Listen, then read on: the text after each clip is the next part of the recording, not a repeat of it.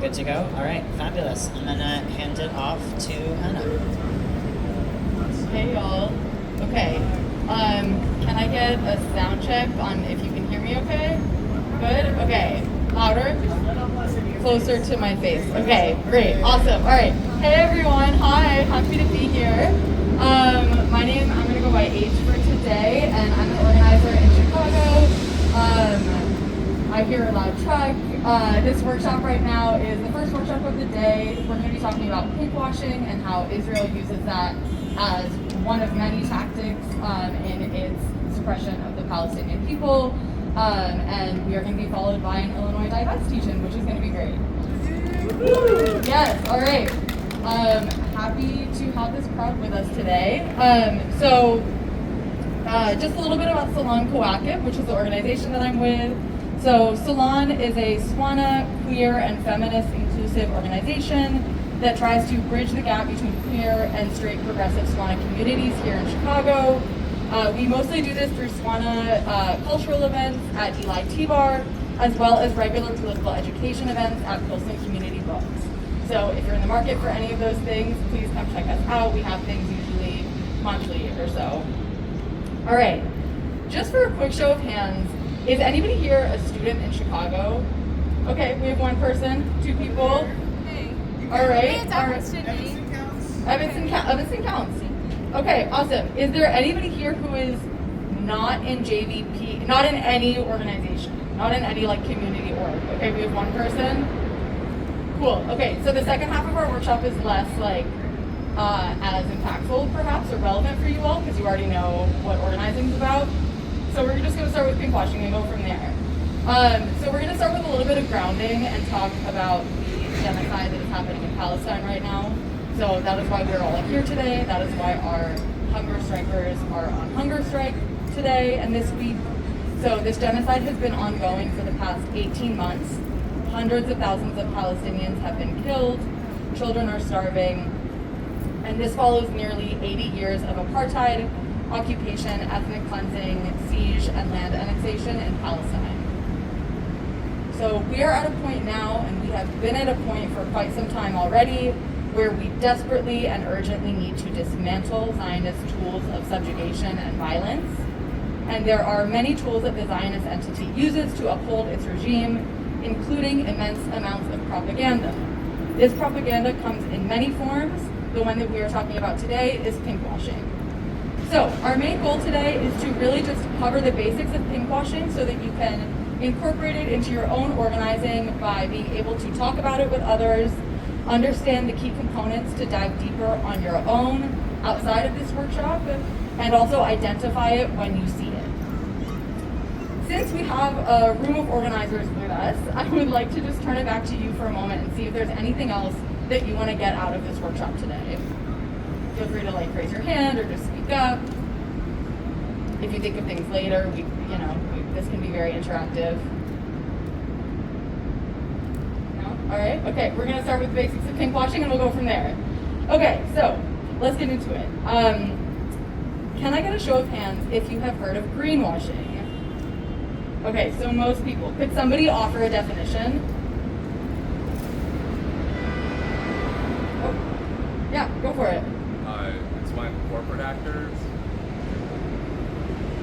change their public message to obfuscate the behavior that activists are trying to get them to change. Yeah, exactly. Okay, that was a great definition. So, Can you repeat it? yeah, when corporations change their outward messaging to obfuscate the behavior that folks are trying to get them to change. I'm paraphrasing. So that's a great definition, and for greenwashing, that's specifically with regards to environmental issues.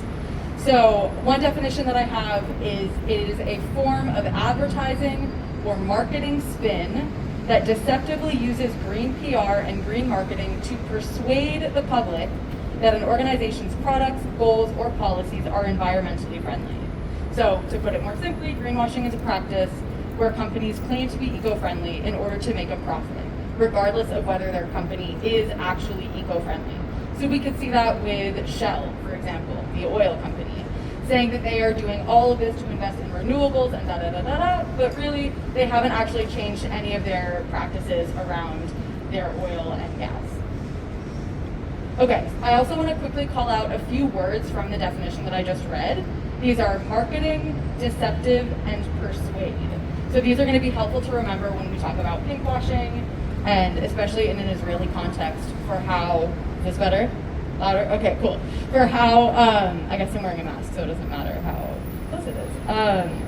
For how they use queer rights as propaganda. Does anybody want to think of what a definition for pinkwashing would be, now that we know what greenwashing is, if we think about that in like a queer context instead of an environmental friendliness context? Sure. Marketing Israel as queer friendly, despite the evidence, so as to basically use identity politics to get adherence to the Israeli state. Perfect, exactly. So using like queer marketing tactics in order to boost their image, drive up profits, market themselves as a good moral state when that is not actually the case. So to help illustrate this, we're going to use a few examples that you have probably seen, especially since we have just concluded Pride Month. We're going to talk about corporate pinkwashing. So, and we're going to talk about rainbow capitalism. So rainbow capitalism is when a company, so instead of the state of Israel, let's take Chase Bank or something, uses queerness to market the company as good. It's using a marketing strategy to get you to buy something and absolve the business of their perhaps otherwise shitty behavior. If we take the case of a bank, it's a bank. It is investing against poor and working class people. It is investing in fossil fuels and in war. But during Pride Month, they might put up a little rainbow on their wall to show you that they are queer friendly. In the case of Target, for example, they cut their DEI policies immediately after Trump was in office, yet they still have all of their little rainbows throughout the store because they want you to buy their products, regardless of whether they actually care about your rights as a queer person in this country or in the world. So this is very similar to how Israel uses pinkwashing as feigned support for queer people, as a marketing ploy to justify genocide and ethnic cleansing. Okay, I'm going to offer two definitions now, more formal definitions of pinkwashing. One is from BDS, which is Boycott, Divest, Sanctions, and one is from the academic Jasper Pour. So from BDS, their definition is, pinkwashing is an Israeli government propaganda strategy that cynically exploits LGBTQIA+ rights to project a progressive image while concealing Israel's occupation and apartheid policies oppressing Palestinians. Okay. Jasper Pour says that pinkwashing is the Israeli promotion of an LGBTQ-friendly image to reframe the occupation of Palestine in terms of civilization narratives measured by sexual modernity. So we can see that in an Israeli context, pinkwashing is especially malicious because they're using this queer-friendly marketing facade to, one, frame their occupation of Palestine as a measure of morality, saying that their promotion of queer rights is therefore justifying their occupation of the Palestinians, a, so to speak, less moral people, and two, to distract from their apartheid policies with the supposed good human rights work that they're doing. Well, if we're out here caring for queer people, then you can't say that we're immoral. You can't say that we're an apartheid state or that we're occupying or denying other people of their rights. So, why does Israel use pinkwashing? I'm going to talk about the history, and I'm curious if folks here know already about the history of Israeli pinkwashing, how we got here today, where this is such a prominent thing, a big tool that they use. Anybody? No? Yeah, okay, one hand.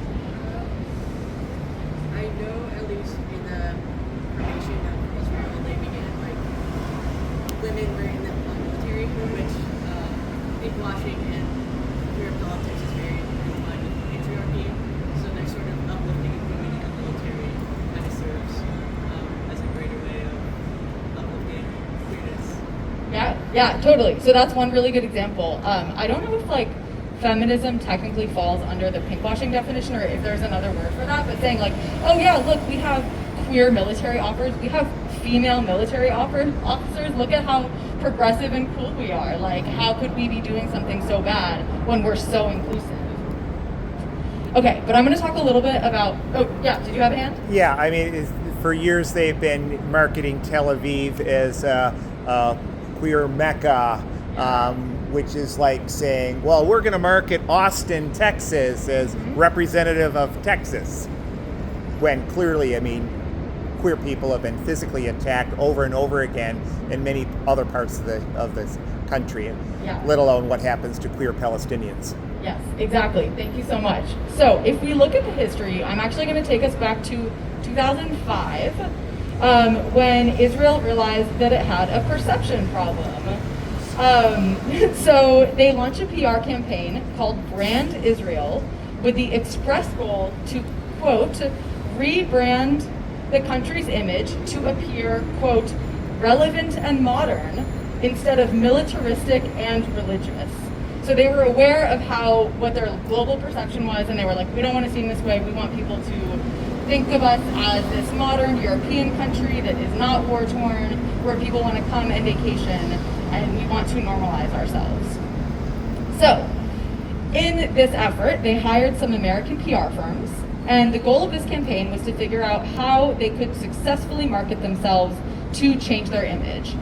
And they spent $3 million on this marketing campaign in 2005. They started this campaign by targeting young straight men abroad in America and Europe, and they used Gal Gadot ads and other like attractive female IDF soldiers on the posters for this campaign to try to attract this young straight cis-het man audience abroad. That wasn't really working, and so in 2009, the Israeli government and officials, along with an Israeli queer group, worked closely with the International Gay and Lesbian Travel Association to host their annual conference in Tel Aviv in 2009. And so when this group did that, they started marketing Tel Aviv as this global queer destination, this like global queer vacation spot that folks could go to. And to just further contextualize this in terms of like how poor Israel's image was globally, there was a report on the global perception of different nations, and Israel ranked 192 out of 200 countries that were ranked. It came after North Korea, after Cuba, and after Yemen, which like, no shade to Cuba or Yemen, we love them. I don't know about North Korea, but it came after all three of those countries. And also in terms of homophobia in Israel at the time and whether the country actually cared for queer rights, there were a few folks killed in a 2009 queer shooting in Tel Aviv that year. So, however, to our dismay, that campaign was working. So that conference kickstarted a new wave of PR, and in 2010, a new campaign was launched called, quote, Campaign Branding Tel Aviv Gay Destination. Can anybody guess how much money the Israeli government, and combined with the Tel Aviv government, spent on this marketing campaign? So the one in 2005 was $3 million. Now we're in 2010, and they're like, okay, gays, that's our spot. That's where we are going to target. Okay, we got 10 million. Anybody else? 12 million. 12? Okay, a little higher. 50? Final guess? Higher. 800. Almost. 88 million. So they spent 88 million on this campaign to target queer foreigners, specifically Westerners, let's be real. And we can see that this campaign worked incredibly well. So there are two examples that if I had a PowerPoint, they would be up on the board, but I'm just going to describe them to you. So one is a poster that was circulated with a black and white image of a man in an army uniform just like chilling. The poster had on it in black and white writing and then one key phrase in pink. And the poster read, where in the Middle East can gay officers serve their country? Only in Israel. And then in smaller print, in a in a democracy, positions of leadership and political office are open to all citizens, no matter the race, religion, or sexual orientation. The Israeli Declaration of Independence guarantees all citizens freedom of religion, conscience, language, education, culture, and equal access to holy sites. Support democracy, support Israel. And then in the corner of this poster, you can see at the bottom a little logo for the Blue Star PR firm. Really heinous. Is there anybody that wants to try to break that apart a little bit and pull out specific things that you heard me say as I was reading what's on that poster? Yeah. I mean, like, the line of Palestinians have equal access to their religious sites is completely ridiculous. Every Palestinian I know in the West Bank and in Gaza has, wanted to go to Al-Aqsa and is not able to access it and has not been able to access it for decades. Absolutely, yes. They're like, oh yeah, everybody can access all of the holy sites. We know that that is just a straight up lie and absolutely not the case. Anything else?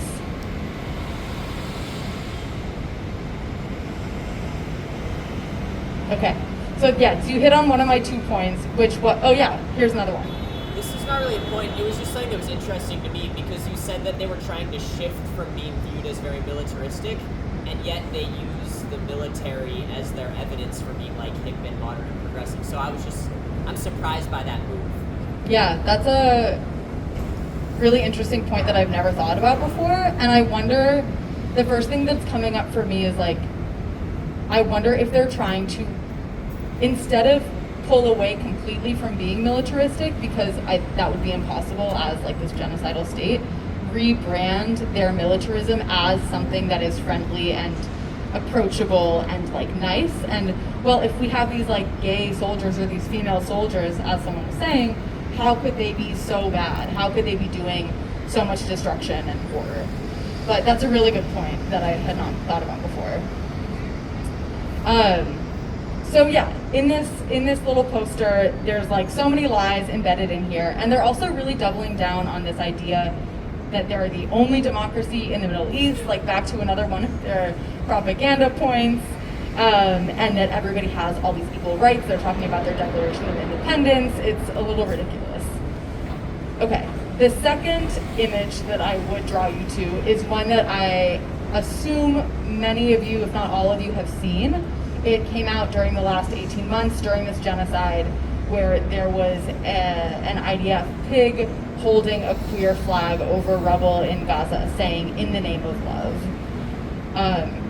I think that's just heinous and disgusting, and as a queer person, I'm absolutely not in the name of love. I don't think that queer rights means that we have to completely annihilate anybody who may or may not be on board with that, which is a whole other can of worms that I am going to dive into in 5-10 minutes. But yes, that's the other example. Okay, so to really drive this point home, that Israel is not only using queer rights to fix a public image problem, we can also look at homophobia in Israeli society and culture, and we see that it's actually a pretty homophobic culture overall. So if you remember that PR campaign was trying to change that narrative of being both militaristic but also religious, Israel has a lot of very conservative religious folks who are quite homophobic. And also we have the PM, who is signing deals with ultra-conservative homophobic parties. We have gay hate crimes on the rise, including, but definitely not limited to, that 2009 queer shooting. And then to add to that, we also know that Israel does not make life any easier for queer Palestinians, but actually more difficult. So it bars them from seeking the gender-affirming care that they want and need. It separates all Palestinians, including queer people, along military checkpoint routes. So things that would not make sense if they were actually trying to promote well-being for queer Palestinians, right? Because that actually makes it harder for them to find care, to find community, and to be well. So the last point that I'll mention here is going a little bit more broadly than just queer rights in Israel. but Israel has a promotion for IVF for queer couples, and that is also a tactic with an ulterior motive. So it might seem great at first, like, oh my gosh, they're like funding and subsidizing IVF treatments for queer couples. That's very exciting. However, this is another tool for them to try to increase their white nationalist population. So if we go back to the slogan on that poster that supposedly all citizens have equal rights, we see that that is not the case. So that also includes Jewish groups in Israel, mind you, so not just Palestinians. But we have Orthodox Jews, we have Holocaust survivors that are not treated equally or well by the Israeli state. We also have Ethiopian Jews who have been systematically given birth control against their consent in order to prevent a growing non-white population in the country. So we see that they are not doing this only with queer folks, but also with many other groups that they just do not want to integrate into their prominent or predominant population. All right, now I'm going to talk through a few myths, if you will, some propaganda versus realities, but I'll just pause because I've been talking for a while and see if we have like any questions, comments, reflections. Yeah. How was the forced enforcement of birth control forced on the Ethiopian Jews? Yeah, I'm not an expert on this, so you would double check my research, but I'm pretty sure that when they would go to doctor's appointments for their like gynecological health, they would be given birth control unknowingly as a medicine, and then they would be taking that birth control unknowingly and not being able to get pregnant. Yeah. Yeah, pretty horrible, pretty disgusting. Yeah. Any other thoughts, comments, reflections? Okay, I'm hoping that this next section can help to kind of give you some rhetorical tools and arguments that you can use in your organizing to fight against pinkwashing. So the first that I'll talk about is that it is broadly stated that Israeli rights are the most developed in the Middle East. That's even on their Wikipedia page. So if we want to think about queer rights being legalized, I guess, or like queerness being legalized, which is a crazy concept, in Israel, and then in comparison to Palestine, shortly after the Jordanian annexation of the West Bank happened in 1950, same-sex acts were decriminalized across the territory with the adoption of the Jordanian Penal Code of 1951. So the only reason that queerness, I guess, was illegal in Palestine was because it was under British occupation during the early 90s. As soon as they became under Jordanian control, same-sex acts were decriminalized. Meanwhile, Israel did not decriminalize homosexuality until 1988, so 38 years later, for a little bit of perspective. So even by their racist standards of development, Israel's come far behind Palestinians. Another common talking point that you have probably seen a lot on social media, that somebody said to me yesterday, is that you will get killed if you are gay in Palestine. Actually, unfortunately, it's very likely that you will be killed if you are in Palestine. But that murder and infringement on your rights is not because you are gay, it is because you are a Palestinian and living under a state that wants to kill you. So more gay people in Palestine are killed by the occupation than from any other reason. That is not to say that homophobia doesn't exist in Palestine. Homophobia exists everywhere. I am a queer Arab. I can say that it happens in my family. That doesn't mean that they want me dead. That doesn't mean that they want to kill. Like, that's not how it works, right? And just to say that because this population has some homophobia, we should just kill all of them is a pretty horrible argument that I think would take a lot for anybody to genuinely get behind. And then our last little fun point on this. So we hear a lot that Tel Aviv is the queer capital of the Middle East. Any other places that you want to throw out as a different queer capital of the Middle East? Because Tel Aviv is not my queer capital of the Middle East, personally. Istanbul? Istanbul, okay. I've never heard that one before. Lebanon, Beirut, absolutely, that's mine. And then there's a third one that I've heard from folks. No? It's actually in Palestine. Nablus. So, okay, we have Istanbul, Nablus, and Beirut. These are 3 wonderful places that you can go travel to be gay in the SWANA region without going to Israel, without going to Tel Aviv.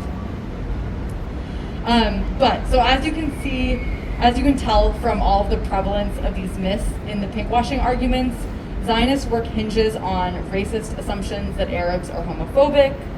And even if you forget everything that I just said for the past 30 minutes, just remember that any perceived homophobia does not justify occupation, does not justify annexation or genocide.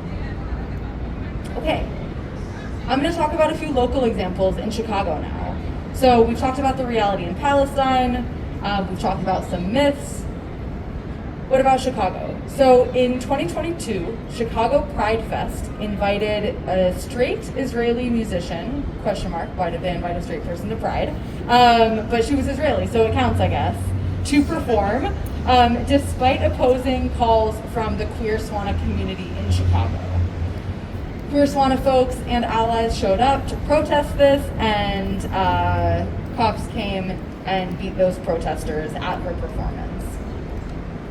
So that would be, I guess, a failed example of pinkwashing in Chicago. In 2017, we have a much nicer example. There was a Chicago Dyke March, and at this rally, the Dykes kicked out the Zionists for their pinkwashing efforts. So they formed a Palestinian contingent in this Dyke March. They invited a queer Palestinian performer, and Zionists tried to show up and instigate and disrupt, and they were kicked out, which was awesome. Does anybody else have examples of pinkwashing or rejections of pinkwashing from Chicago or anywhere else that you've experienced yourself? Yeah. 2018, the Gay Liberation Network, we had a 400 square foot banner that said, "Israel, stop killing Palestinians," and we were greeted almost universally positively. We did it last year, we did it this year. Overwhelmingly, regular working class Chicagoans are with us, to the point that the Pride Committee, that I must say doesn't like us, has tolerated us. Nice. And we got our message out to 1 million people this past weekend. That's awesome. Okay, I'd love to hear that. So queer folks who are standing up for Palestinian rights, even without being prompted to, since 2018. Amazing. Yeah. Either 2016 or 2017 that there was a major LGBTQ conference in Chicago called Rage. Yes. And they invited those twice to be speakers and presenters, but also an LGBTQ Israeli organization. And so there was a large protest at them time. They created a lot of space movement within local Jewish anti-Zionist, Zionist Yeah, really good example. And thank you also for mentioning El Paus, because I should have mentioned them and I failed to. So in addition to not all Arabs being homophobic, there are also actually queer organizations who are Arab, who are Palestinian. One is El Paus, which is based in Palestine. There's a Lebanese group called Hillam. You can look them up, but there are queer Arabs who are doing the work in their communities, and if anybody, including the state of Israel, genuinely wants to support the rights of queer people globally and the rights of queer Palestinians, they would do well to support the groups who are from those communities and working within their own communities. Yeah. The weekly marches here in Chicago on most Saturdays, all Saturdays that I can tell, have frequently mentioned solidarity with queer people and everyone who's oppressed, which I think is very, very important. Yeah, absolutely. Yeah, I feel like we've seen solidarity coming together a lot more recently. Yeah. Could you spell the transliteration of those two words? Yes. Absolutely. So El Paus is in Palestine. I think they're based in Ramallah, and it's AL-QAWS. And then Hilm is the Lebanese group, and that is HELEM. Cool. Okay.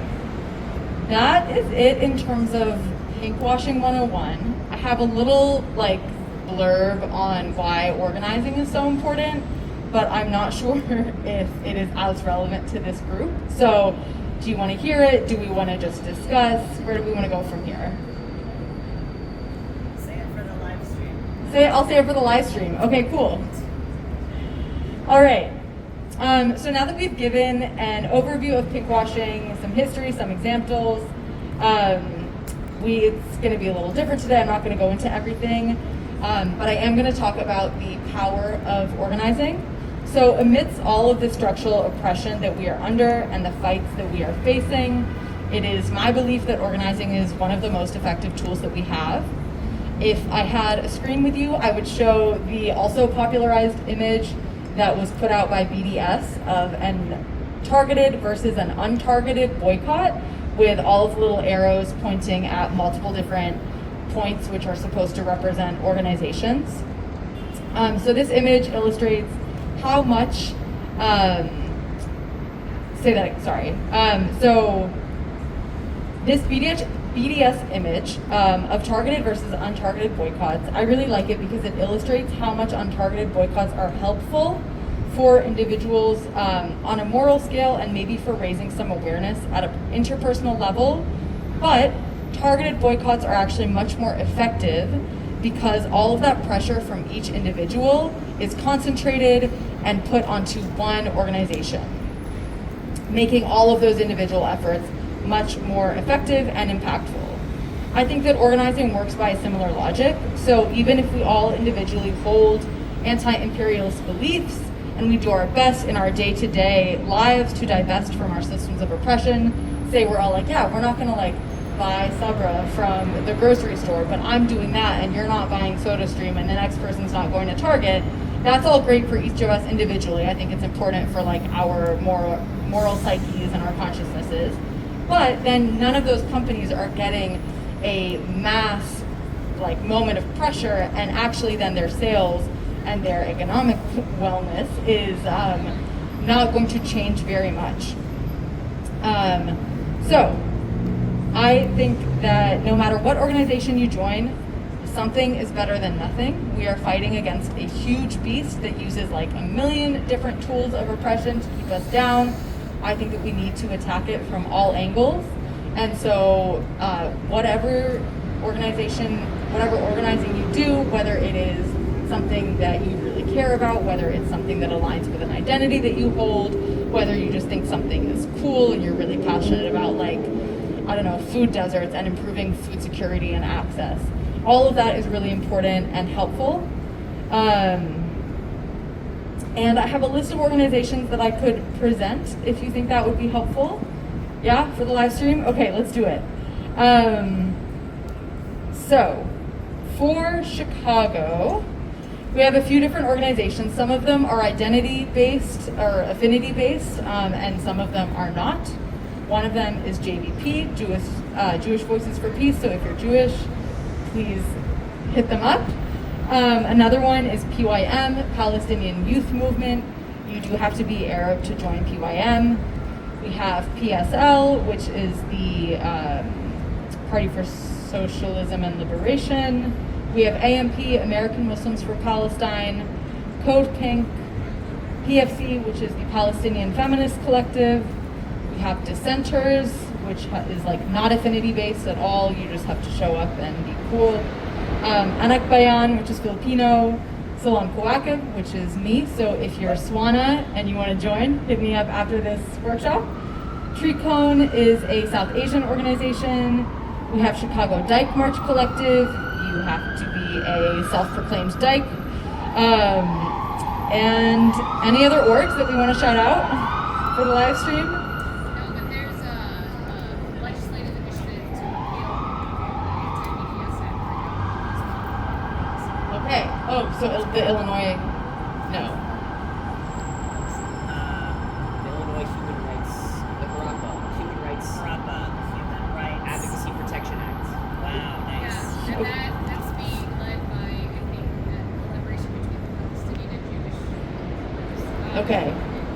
So Human Rights Advocacy Protection Act. Okay, so it sounds like there are a few groups working on that in Chicago legislation right now.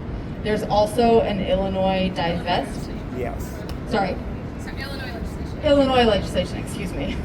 There's also an Illinois divestment campaign happening right now. That's our next teach-in, that they are looking for like all hands on deck to support this effort. You don't have to be part of any group, I don't think. Yeah, so hit them up also. If Not Now, Gay Liberation Network. Yes. There's a Oak Park organization. I'm going to butcher the name, I'm sure. Committee for a Just Peace, Israel, Palestine. They changed it to Palestine, Israel. Thank you. Okay, I heard Gay Liberation Now. Gay Liberation Network. Sorry. If Not Now. If Not Now, Gay Liberation Network, and then Committee for a Just Peace in Palestine and Committee for a Just Peace in Palestine and Israel. Israel. All the SJPs around all the different All of campuses. the SJPs if you're a student. Yes. If you're a student, Dissenters is also on campuses. I would also recommend checking out, if you're Muslim, your local like Muslim org on campus, and also your like local queer org on campus. That can be a really good place to fight pinkwashing, because in my experience, the queer org on my undergrad campus was like super complicit, I would say. Yeah. Cool. Any other thoughts, questions, organizations to shout out? Yeah. Yeah, I think just something I've been thinking about with this is that like I didn't really know the history of how pinkwashing started, and it's interesting the way that it started as like a positively oriented, like it's so great for me to be queer thing, because I feel like the way that I have encountered it is as a queer person who advocates for Palestine. I encounter it as a negative thing of like people telling me about violence that Palestinians would do to me if I were there, and it I think this is also something that happens to like women in our movement, right? Is that people like say things about sexual violence that they imagine Palestinians would do to younger women who's at a protest, and it does feel like there is like a you, the Zionist, saying that to me, want those things to happen to me. Like you want me as a queer person to be hurt, and you're displacing that onto what you imagine Palestinians. Yeah, and so like that kind of like violent rhetoric that I've encountered, I feel like is so far away from this idea of Israel as a gay-friendly thing that it's weird how that shift is happening. Yeah, that's really interesting. I think that one way that I would try to understand it for myself is like, it started as this PR campaign to change their image, and then I guess they were able to, because it's working, but leverage this like racism of Arabs and this like barbaric perception that they can lean on to say, this is what will happen to you if you don't kind of come into our safe shelter of Israel. Even though many of them are in fact homophobic, as you're saying. Yeah. Well, the Israeli security services in the occupied territories regularly uses the threat of outing queer Palestinians, which is a tactic that we saw in 1950s and early 60s in the United States with the McCarthy era. So they're actually using queer oppression to doubly oppress queer Palestinians on a regular basis. Yeah, that's an incredible point. And did everybody hear that? Yeah, that's a really good point. So I did some volunteer work last summer for Chicago Community Jail Support. It was tough work, but extremely rewarding. I highly recommend Chicago Community Jail Support on California 26th Street. All right, Chicago Community Jail Support, California and 26th Street. They are actually always looking for more volunteers. Like, there is jail support 24/7 happening. So please hit them up because they could use some people. It might be 27th. 27, somewhere. But yeah, you can find them on Instagram for sure. Chicago Community Jail Support. Yeah. There is also like racism that exists in the queer community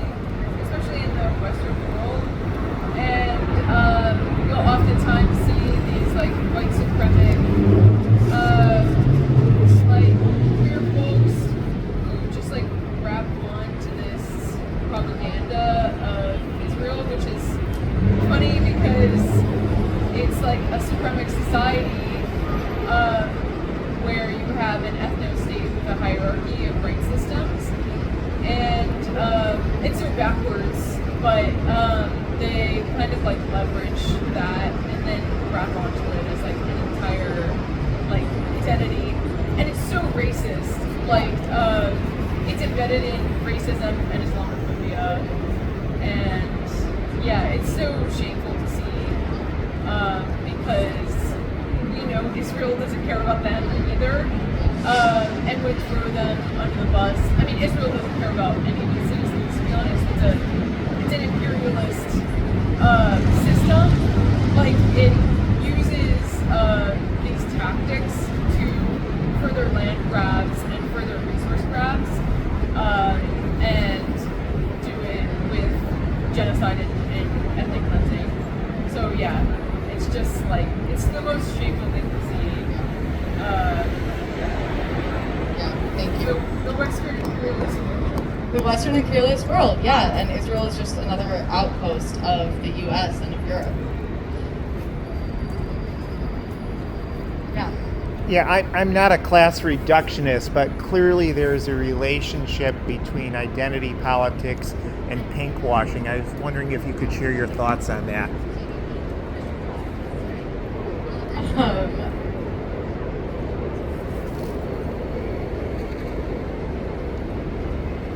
I don't know. Just to share my thoughts on identity politics and pinkwashing. Yeah, anything more specific in there that you want me to speak to? I just think there's clearly a connection. As I said, I hate class reductionism also, but clearly, like the last presidential campaign was, oh, Kamala Harris is a black woman, or how many gay politicians we say, I'm queer, therefore you must support me regardless of what I do to working class queers and everyone else. Yeah. I think that there's definitely a connection there, and I see it as, again, just like a weaponization of identity politics, right? Where you just say, because we are friendly towards this, or we are this, therefore, like, everything else is exempted. And honestly, I have like really pulled myself away from queer folks who like are down with Israel for quite so many years now. So I'm not as closely familiar with like the current mindset. But I saw a hand that I want to call on. Yeah.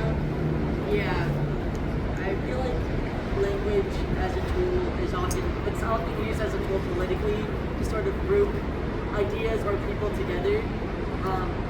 When those ideas and tools are just like, they don't exist before the language makes them exist as a group, if that makes sense. Yeah. That's what I was trying to say. But like pinkwashing, it's just like this group of people, we can point at them, they're our enemy, but that's just orchestrated politically. Yeah, absolutely. And I think that like the empire that we are in really likes to put us into boxes and put labels on things, and so it makes these contradictions or these gray areas or it really wants to get rid of any and all nuance. And so when you have a queer Palestinian who is like against the state of Israel, right, but is queer and wants to be able to be accepted in a queer state, that is not seen by these like greater powers because they refuse to see it, right? Because everything needs to fit into this like neat little box. Yeah. Even though it exists, and that's like the reality of our world with everything. There's something that I've been thinking about. I might actually go to a different question, but I was thinking about the various ways that Israel tries to manipulate specifically like the American Jewish community and use fear to like create a sense of need for Israel. And I was thinking about how in fact this issue of Zionism is used to fracture organizing on the queer left.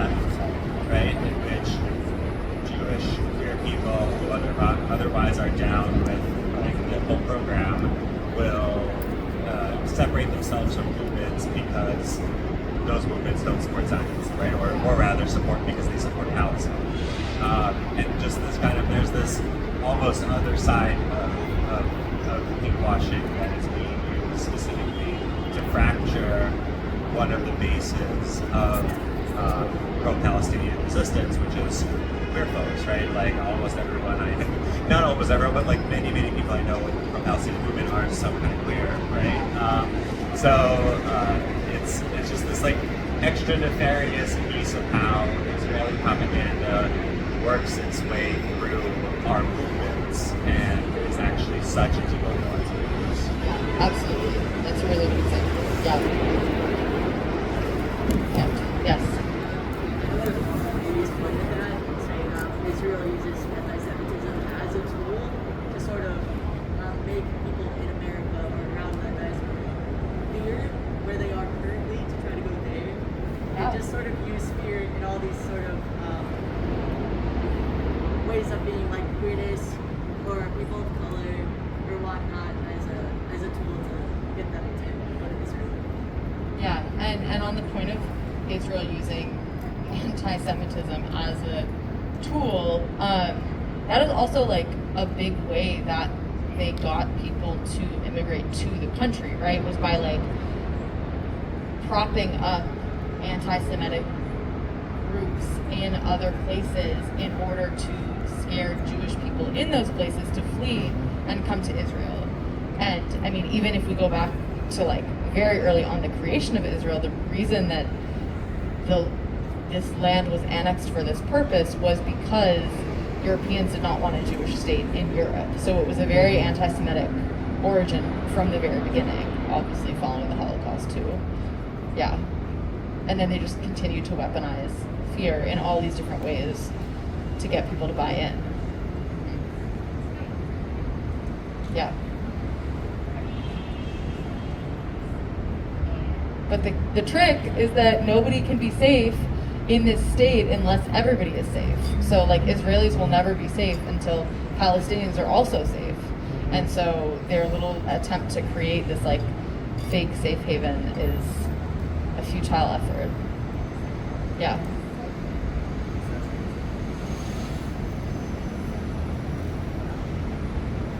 Cool. All right. All right. Thank cool. you. Thank you all.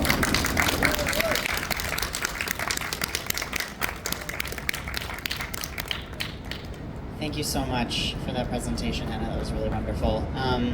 Thank you all so much for being here. We're going to take a quick break, and then at 5:15, we're going to start our presentation on the Illinois Divest campaign. So stay tuned for that. Thanks so much.